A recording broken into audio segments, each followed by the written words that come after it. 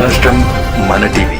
Please subscribe Golconda TV. For more updates bell button పై click చేయండి.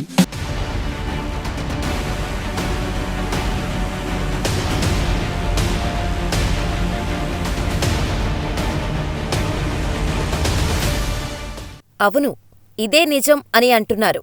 దేశంలో చూస్తే అటు ఎన్డీఏ, ఇటు ఇండియా కూటమిగా రాజకీయాలు విడిపోయాయి.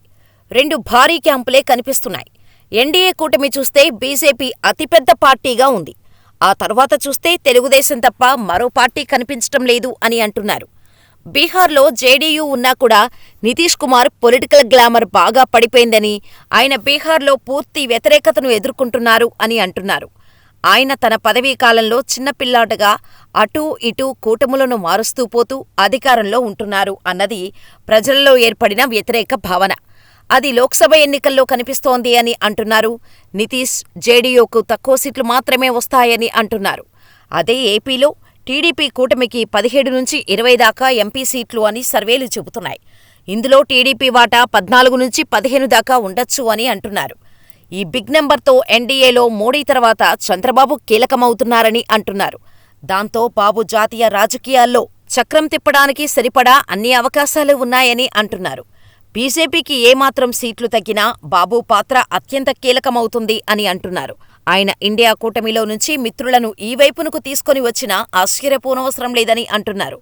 ఇక మోడీ, అమిత్ షా ఇద్దరూ బాబుని బాగా విశ్వసిస్తున్నారు. ఏపీలో బాబు తిరిగి అధికారంలోకి రావటానికి వారు పూర్తిస్థాయిలో సహకరిస్తున్నారు. ఏపీలో బాబు పవర్లో ఉంటే తమకే ఎంతో మేలు అన్నది బీజేపీ పెద్దలు గ్రహించారు అని అంటున్నారు. ఈ పరిణామాలు చూస్తుంటే మళ్లీ 1996 నాటి పరిస్థితులే ఢిల్లీలో చోటు చేసుకోబోతాయా అన్న చర్చ కూడా సాగుతోంది. రెండు జాతీయ పార్టీలకు అనుకున్న స్థాయిలో సీట్లు రాకపోతే ప్రాంతీయ పార్టీల రాజకీయం మొదలవుతుందా అన్న చర్చ కూడా సాగుతోంది. ఆనాడు ప్రాంతీయ పార్టీలను ముందు పెట్టి యునైటెడ్ ఫ్రంట్ అన్న దానిని బాబు శ్రీకారం చుట్టారు. ఇద్దరు ప్రధానులను కూడా ఆయన అలా చేశారు. ఇప్పుడు కూడా బీజేపీకి 250 సీట్లు సొంతంగా వస్తే ఓకే, కానీ అలా రాకపోతే బాబు ఏమి చేస్తారు? ఆయన రాజకీయాలు ఏ విధంగా సాగుతాయన్నది కూడా అతిపెద్ద చర్చగా సాగుతోంది. బాబు జాతీయ రాజకీయాల్లో 2024 ఎన్నికల తర్వాత కీలకమైన పాత్ర పోషించే తరుణం ఆసన్నమైంది అని అంటున్నారు. చూడాలి మరి ఏం జరుగుతోందో.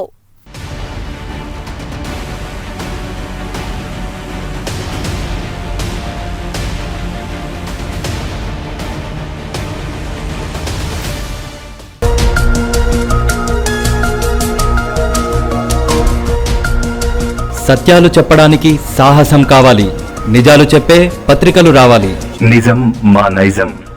మెట్రో పక్క తెలంగాణ దినపత్రిక.